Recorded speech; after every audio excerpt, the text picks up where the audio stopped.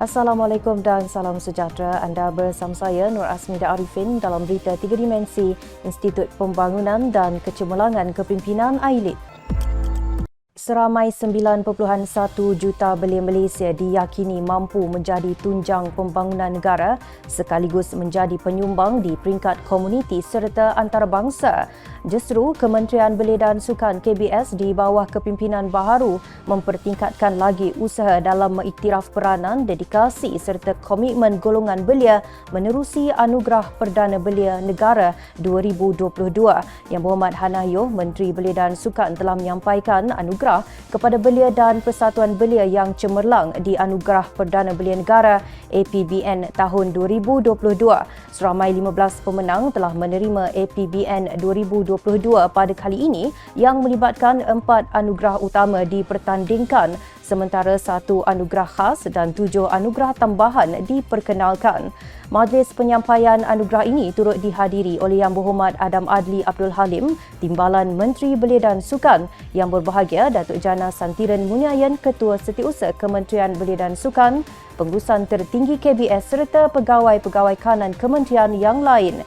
Semoga inisiatif ini berupaya menyuntik semangat golongan belia untuk terus menyumbang bakti kepada pembangunan negara.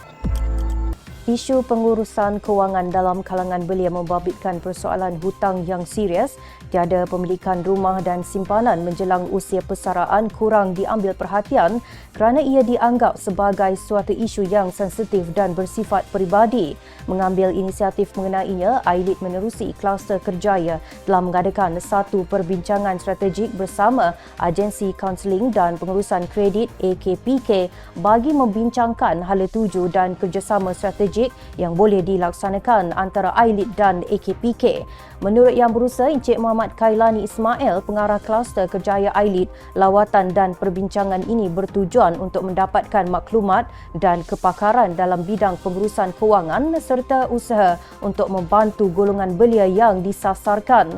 Sesi perbincangan yang diadakan di AKPK Kuala Lumpur ini turut disertai oleh Puan Nirmala Subramaniam, Ketua Jabatan Pendidikan Kewangan Sektor Isi Rumah, Puan Monarita Junaidi, Ketua Unit Capaian dan Jangkauan Masyarakat Jabatan Pendidikan Kewangan serta pegawai-pegawai kanan AILID dan AKPK yang lain.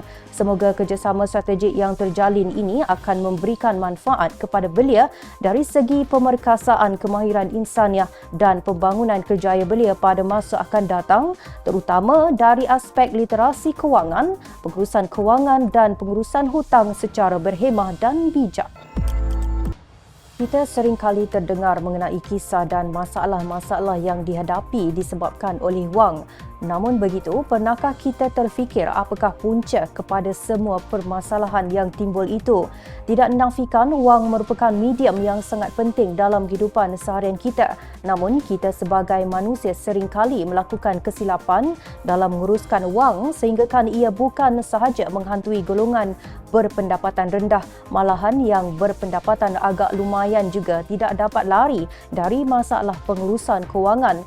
Jika kita renungkan kembali, kitalah yang menentukan sama ada wang dapat memberi keselesaan ataupun kesengsaraan kepada diri kita sendiri. Namun, kita perlu tahu cara atau amalan yang betul dalam menguruskan kewangan pribadi supaya masalah ini tidak akan timbul. Konsep pengurusan kewangan pribadi itu sendiri sebenarnya amat jelas di mana perbelanjaan tidak sepatutnya melebihi pendapatan dan simpanan perlu ditetapkan sebelum membuat perbelanjaan.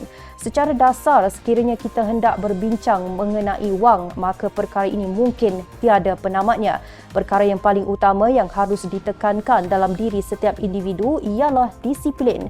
Kita harus mendisiplinkan diri bagi memastikan setiap perancangan kewangan yang dibuat dapat dilaksanakan secara berhemah dan teratur.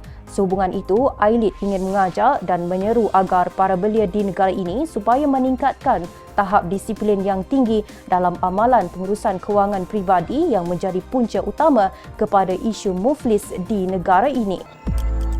Saudara, tiada manusia yang berjaya dalam semua perkara yang dilakukannya. Apa yang penting ialah kita tidak menjadi lemah semasa kegagalan itu terjadi tetapi terus berusaha hingga ke puncak kejayaan. Sekian dulu dari saya. Terus ikuti kami di semua platform media sosial Ailit.